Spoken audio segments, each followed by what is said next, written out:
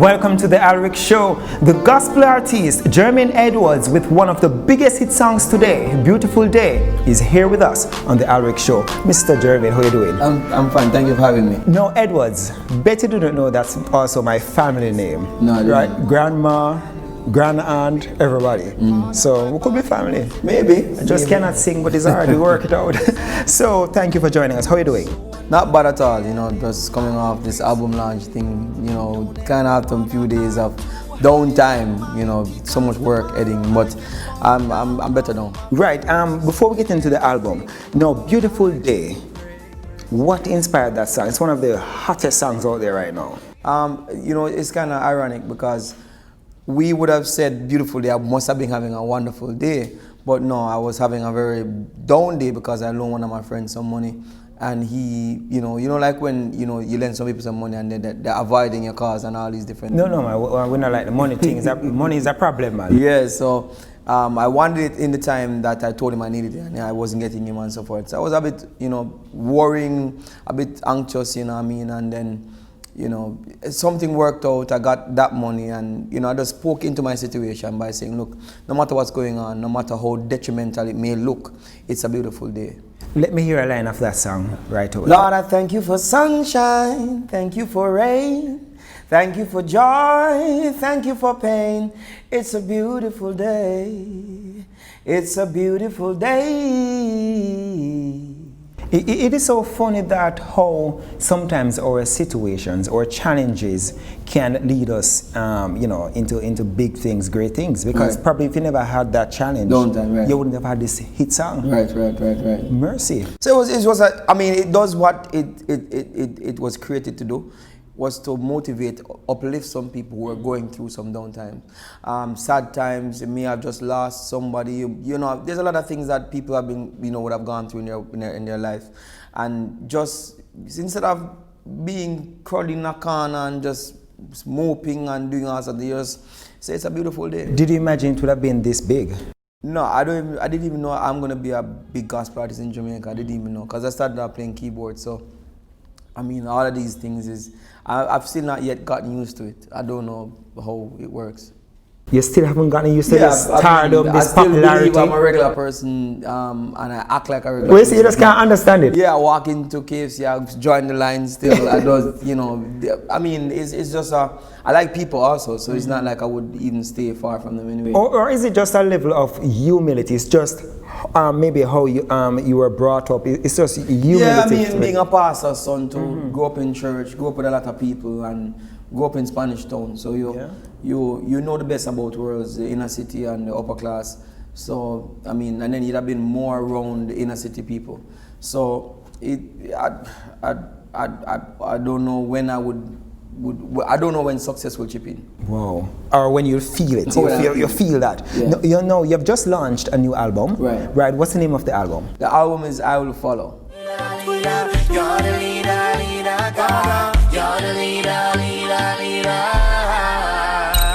Why? Because I've reached a place in my life now where I want to just be obedient to what God wants. So, even talking about being an artist, I don't know if I'm an artist, because the truth is, the stage, the big lighting, the crowd, that doesn't move me. It's more like impacting lives. If a young youth on the road or a girl, on Instagram just say, look here, the music does something to me, or it make me want to walk closer to God, I feel like I've accomplished more. So it's not a Grammy, it's not the amount of time your songs have been played on the radio, it's just our relevance on this earth.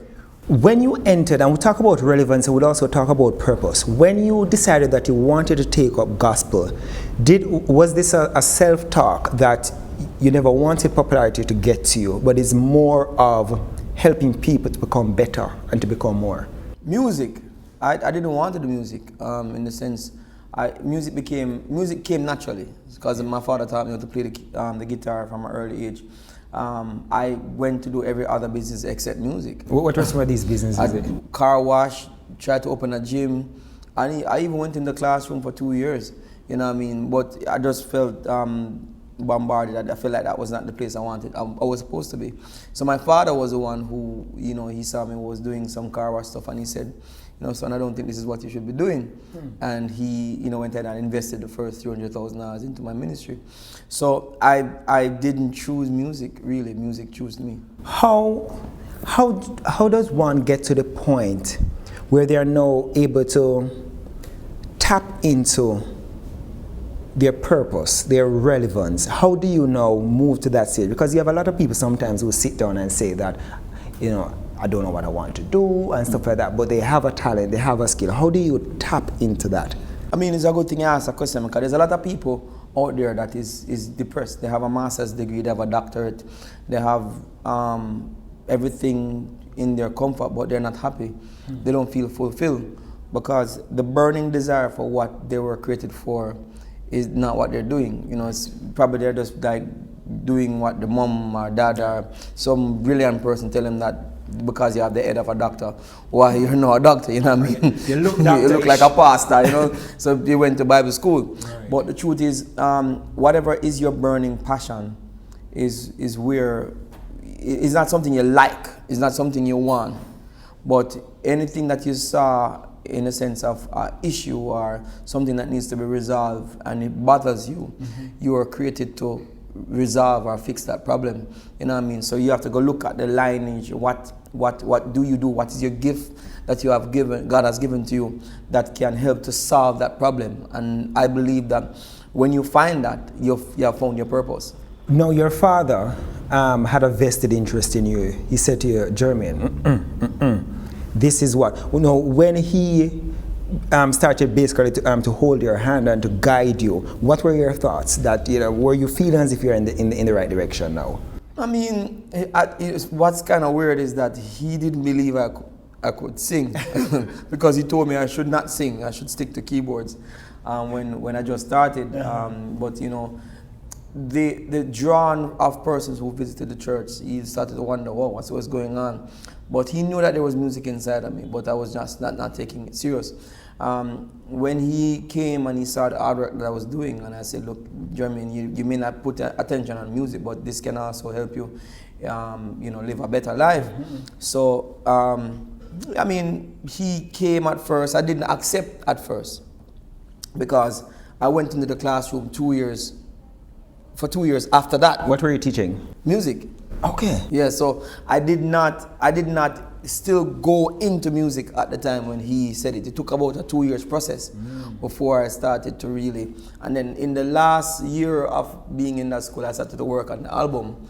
And then now, you know, the principal at John the Baptist, big up on herself, she was like, you know, I said I wanted to leave. She's like, no, don't leave. And she even cut down the time that I was working just for me to feel, but no matter what, I was getting good money, but the time frame was good also. I mean, I could have left there at 12 o'clock. I went to school at about 9 or 8 o'clock in the morning and leave at 12. But yet still it felt like... It was a year. Yeah, it felt like I was there for 1 year. So I actually, you know, just left. All right, we take a break. When we come back, we continue our conversation with Jermaine Edwards. Average show. In power, you reign. In my life, Lord, you reign forever, ever, ever. Reign. Welcome back to the show. Jermaine Edwards is here with us today on the Arabic Show. Now, Jermaine, what do you believe your purpose is as it relates to doing gospel music? I mean, you know, using the instruments that God has given to me, which is my voice, to reach a set of people, youths, especially men. You know, to show them a different perspective on life. A lot of people might grow up in church and may have different views, maybe have different lessons that they have learned. But if we can find a way to love each other, show each other how much, because I mean, we stress out on the worship a lot, you know, praising God and, you know, God speaking to us, but, you know, we have 10 commandments, and out of the 10, there was 4 that have to do with God. The rest was how we deal with each other, how we kill each other, steal from each other, lie to each other. So I believe that God wanted to, you know, speak to men, how we relate to each other, how we are on this earth and say we love God, but yet still we can't love our neighbors. So I believe that my voice on this earth is really to enlighten, you know, a lot of people, you know, especially the younger generation, next generation men, especially into, you know, being who they are, finding their real purpose on this earth, and knowing God. How do you feel when people come to you to say, boy, Jermaine, because of your song or this particular song, you know, they have taken a different turn in their life, or how does that make you feel? That's basically what you live for. Right. I mean, that feels better than singing in front of 5,000 people. You know what I mean? Because you can entertain, you can run up on the stage, but what really makes you different than another secular artist I sing, you know, what make you different is that you did something for somebody's life. I mean, you don't understand that what you have done for these 5 minutes actually helping not just one man but his family too. Yes. You know what I mean? So it can make him be a better husband, and in order leading his kids and their kids and the next generations to come to a better place. So you didn't just touch one's life, you just touched like 10, 15, 20 people's life. Right. No, I mean, secular music is always there. Why not that stage? I mean, that's easy to do. We can always, you know, go out there and just do some things, entertain, and, you know, you could even use your looks and cute out the thing and sing some love song and, you know, do some sexy song and all them different things. But I rather choose the road of God, you know, which is, you know, I believe that is the road that leads to righteousness and leads to betterment of a man's life, and, you know, at the ultimate goal, you know, going where God really wants him to go. Weren't there people who would have done business with you if you went secular? I mean, of course, but I mean, at the end of the day, there's a bigger platform. The platform is so huge. It's easy. You can do it. It's not even that hard, because you can sing, you can do whatever. But I choose the sacrifice of the road, the narrow road.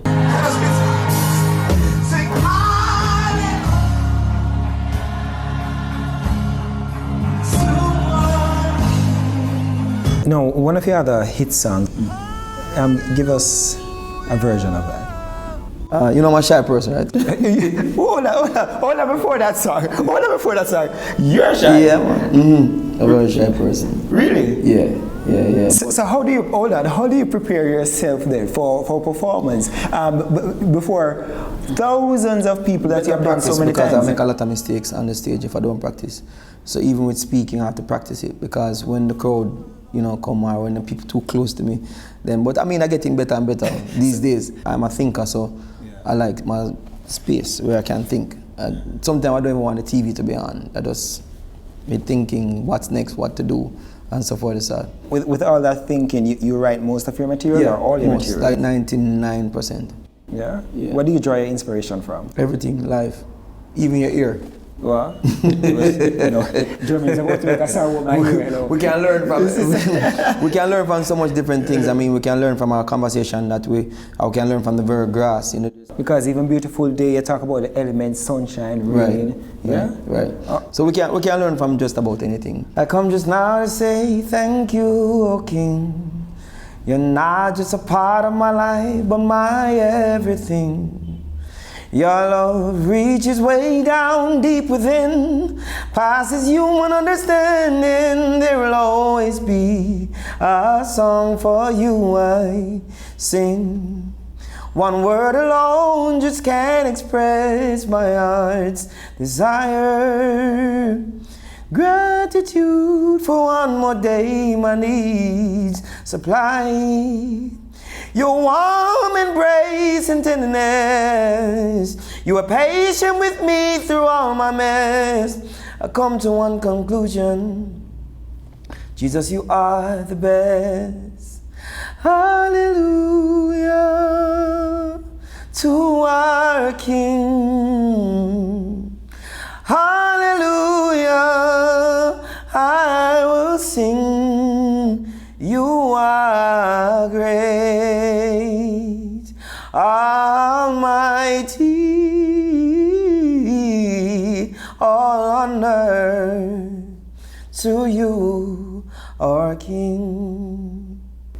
From that song, let's also talk about patience and timing, right? For a lot of us, sometimes we would look on life to say that things are not happening the way that we want it at our pace as well. For you, what were some of the times in your life when you had to be patient and just, rely on the Lord? A lot of times, people don't want to take the time to do things. And, I've seen where a lot of people want to do negative and they'll have like a 2 year, 3 year, even corporate Jamaica, business people have 5-10 years plans. 10 years kind of seem long for a lot of people, but if you do things in stages and you take your time to plan it out, as the opposite of confusion is order. So the reason why a lot of people don't have the patience is that they don't have the discipline and the order to take things in stages.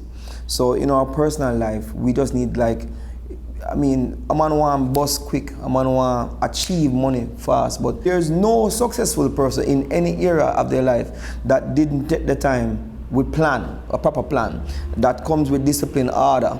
And if you have discipline and order, then you wouldn't be impatient. We take a break. When we come back, we continue our conversation with Jermaine Edwards. Alex Show.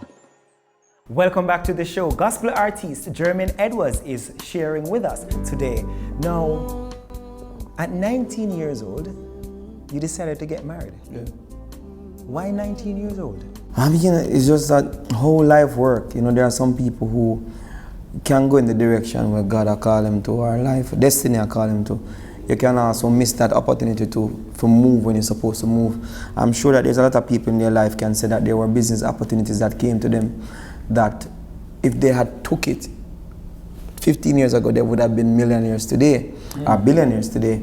But something was tugging them, and then they might talk to the wrong person. The wrong person might say, I wouldn't do it because it never happened to you. You have to be careful. People, be careful who you're listening to also in your season of going up, because there are some people who things fail for, but it's not going to fail for you. So you can't listen to somebody who have done it before. Before you go any further, let's talk about the season that's for you. How do we identify the season and to take advantage of the opportunities that present themselves? It's a curious moment. It's a place in your heart that you feel. And there's also confirmation of the people that are around you, but there's also distraction. So there are some people who are around you who will distract you from it. And there are some people who you will feel them. You will know that they're dragging you to a different place. And sometimes we can hide away from it. So it's a hard thing. It's not something I want. It's something that I know. Your spirit, everything tells you. Yeah. Everybody said don't do it, but you say no, I'm going to buy that piece of land there because I know you might not see it, but I feel like say this is the land, and by the time you check it out, you buy it, the government buy the whole of so and say them I bring one road treat and then pay how much millions of dollars for it, or you turn on one plaza where you can make billions of dollars for. You don't know. There are a lot of stories like that in the world where people sell things for little and not because they thought it was nothing. But a man saw deeper than what you saw and buy it for 100,000 and not worth 100 billion. Do you recall a time in your life wherein you felt that this was the direction, you could feel it, this is direction for you, but there were people who were saying, boy, Jermaine, all up to this morning. This morning, and I'm saying you have to be careful who you're talking to in your season. Some people sound like they are also for you. Some people sound like them no. I'm telling you, some people doing some things now because somebody tell them, say, you have the head for it because of what their perspective is. But the worst person to listen to is people who love to lord their opinion. The best people to listen to is people who say, I don't know what to say for yet to you. Let me go research this, but I want the best thing for you. I want to encourage you. I want to do, but let me go find somebody who I believe can give you a better, not my opinion. If you don't know, just shut him out. You understand? So in this season when I was, when I met her, it wasn't a planting. I met her in February 99. February is a good month, I was born in February, but yes. I don't know about February. All right. I said July. Yeah, sure. but I met her in February, not at a concert. We didn't plan to. I didn't see a girl and I was looking at her. I just saw somebody standing at a rail at my father's concert, not at our church, a church that we rented. And I asked her the question, why are you standing by yourself? I just passed on a reverse and I said, why are you standing by yourself? She's like, I just don't have any friends. And I said, okay, well, which church you go? She said, I'll go to your father's church. I said, which one? And she said, oh, the one, I never saw you before, but hey, you know what skills you have, because in order to create friends, you have to probably come a part of something. Yeah. Maybe you could be drama, it could be choir and all these different things. So she said, okay, I can sing a little bit. So she joined the choir, which I was the director for. No plans, no relationship, wasn't looking this person at all. February, March, April, we just start talk like on the phone. I find out she's a cool person. No relationship, no vibe or anything. So initially, it's not like you're attracted to her and you say, well, you know, no, it didn't start with a relationship focus. It started off with me just being concerned about somebody who said they don't have any friend. Yeah. You know what I mean? And then February, March, April, I just started to like this girl. I like her personality. She didn't treat me like how the other girls that treat me. I pastor's son, play keyboard at church. You know them girls and so forth. The respect was a little bit different. You know what I mean? She cared about me, the person, not about who I was. So, you know, so just imagine I wasn't an artist then. I was just a pastor's son. And you know, the pastor picked them. The girls didn't love the pastor picked them. And then the keyboard you were players. a girls man then? Yeah. So it's you were a girls man then? That's what you're saying? I mean, you hear me say yes. Yeah, You're going cool. like say all right. No, I never say it. You know what I mean? I say it. All right. You think you're tricky? You know me, I say. Yeah, so when you have that, you know, situation and you realize that you want to also serve God, you want to serve Him with all your heart, and there's a lifestyle that you don't want to continue, or you don't like your life going in a particular direction.